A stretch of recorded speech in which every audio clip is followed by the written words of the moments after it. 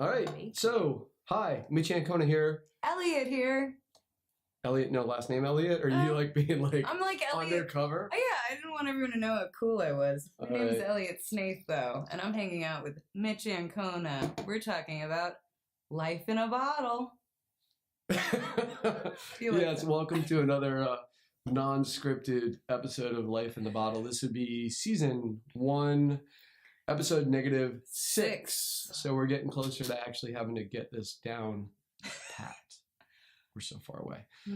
So today we're going to talk a little bit about this lovely wine. Hails from Italy.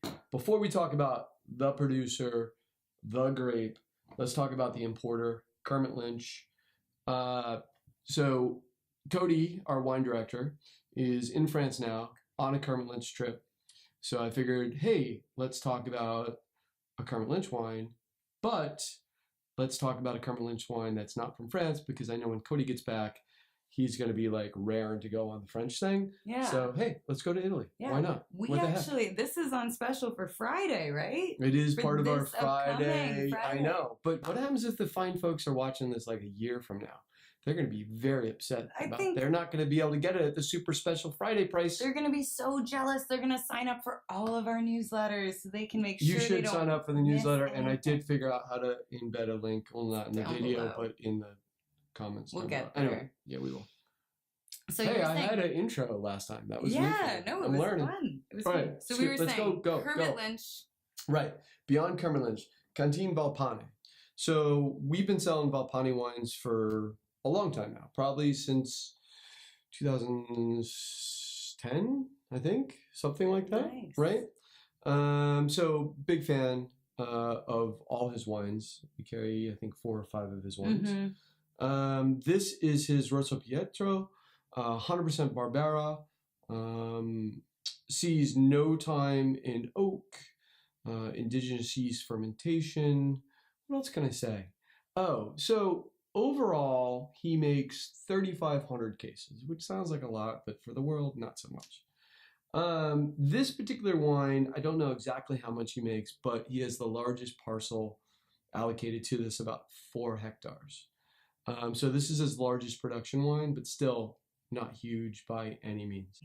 Apparently, he's got one of the Monteferrato, I should say, has one of the best representations of Barbera, according Correct. to So you certain- probably know Barbera di Asti, Barbera d'Alba.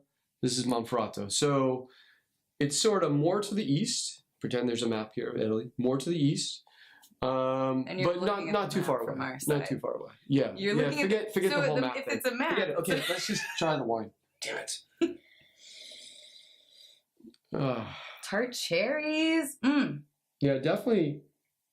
You know, fruit driven, but not in a way that like is No, cloying or there's a little, like, sweet. There's a herby- richness to it. Yeah, there's Like an herby sage almost, cutting right through it. It's really pretty in the glass too. Oh yeah, the color is phenomenal. I wish I was wearing a lighter color. It's got this really beautiful ruby core kind of edging out into a garnet. Maybe we should always just wear white. Oh, And we could be right. like, look at the color. No. That would assume we don't make mistakes.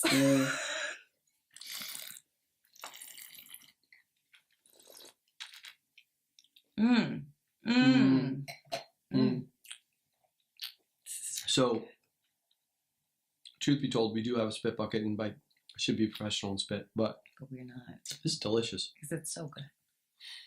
Those aromas of the cherry follow right over to the palate, but it's got that underlying spice thing going on. Yeah. For me, it's all about the mouthfeel. There's a richness, there's a coating to it, but it's not heavy, it's not dense, it's not cloying. Not at all. It's beautiful. Barbera's What is the?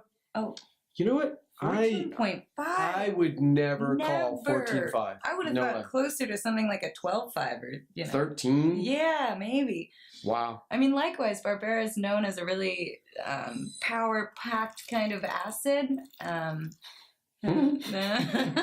Sorry, as a high-acid sort of a wine. Apparently, I'm going to learn how to edit in a second or two. Or sometime You tonight. better learn how to edit. I can't be on this unedited. Yeah, no. So what you're trying to say, I Thank believe, you, is Barbera is a high acid grape, pretty high acid grape, but this is very balanced. My takeaway from this wine is pretty simple. You know, any wine that well, obviously look at my glass. Any wine that makes me want to continually pick up the glass and take another sip and take another sip. That's, for me, a key component to a great wine. So yeah, I think we're done with this. This is about it. Or we just started really, but Right. cheers. Cheers.